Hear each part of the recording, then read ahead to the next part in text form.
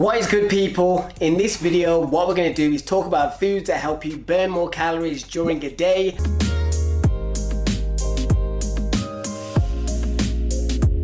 The thermic effect of food. Let's break it down and just keep this video very simple. Due to the thermic effect, certain foods burn more calories than others, which I'll talk about a little bit more later on in the video. But in essence, just think of it as the calories burned during digestion. That just keeps it nice and simple for everyone to understand. So for those of you out there that are looking to try and find more ways to burn more calories during the day, this can help with that. But bearing in mind that this only takes control around 10 to 15% of your total daily expenditure. So don't hyper focus on this one thing here. But in regards to what can actually affect the amount of calories burned, it comes down to various things such as the meal timings. You've also got what type of foods you eat, which plays a big role, because certain macros requires more energy and time to actually digest.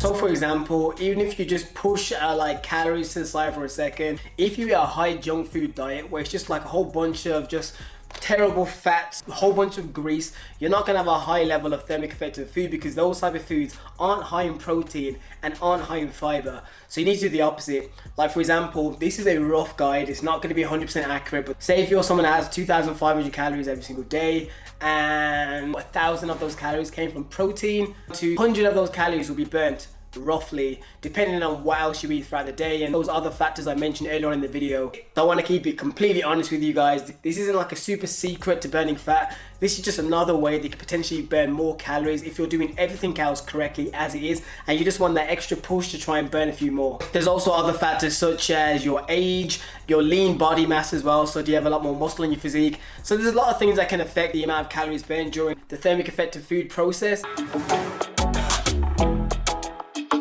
So for those of you actually watching this now, trying to figure out what can you actually do to actually boost the calorie burning of the thermic effect of food, and one of the key things you can do is eat more high protein and high fiber foods. So when you eat these high protein, high fiber foods, the body requires more energy and time to actually digest these foods.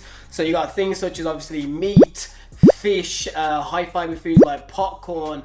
But overall, you have to remember that the total calorie intake for the day does matter. So even though you're trying to ingest these things, have them fit within your calorie goal. So for example, there's no point you eating 5,000 calories of high protein, high fiber foods if that's still way too much for you to actually lose weight. So keep in mind, when it comes to weight loss or weight gain, the total calorie intake for the day really does matter.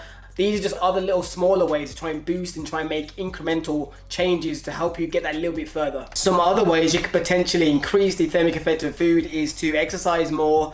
There are some also other things which are probably a lot smaller effects, which is consuming more things like ginger, caffeine. These are also said to help improve the thermic effect of food as well. Feel free to check into those. But I would say one of the biggest ones comes down to what you actually put in your body. At the end of the day, you are what you eat. So if you eat certain foods, you can help boost it a little bit more.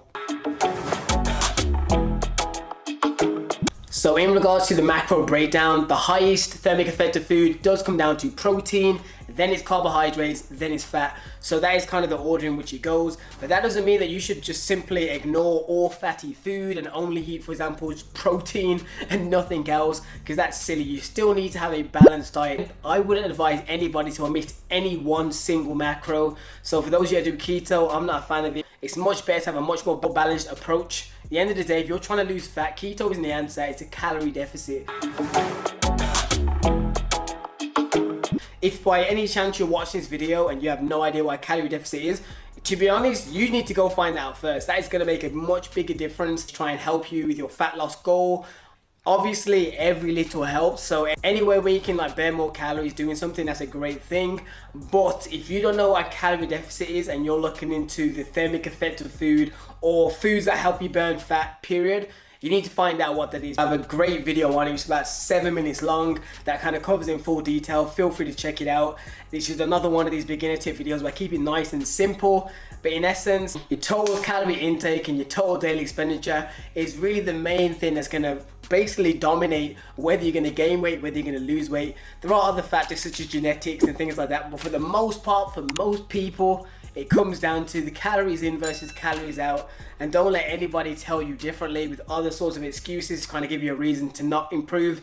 You can always improve what you may have been. You may not be able to get super shredded and be super lean all the year round, but you can definitely improve on what you currently are, especially if you're someone that is not maximizing all these different aspects.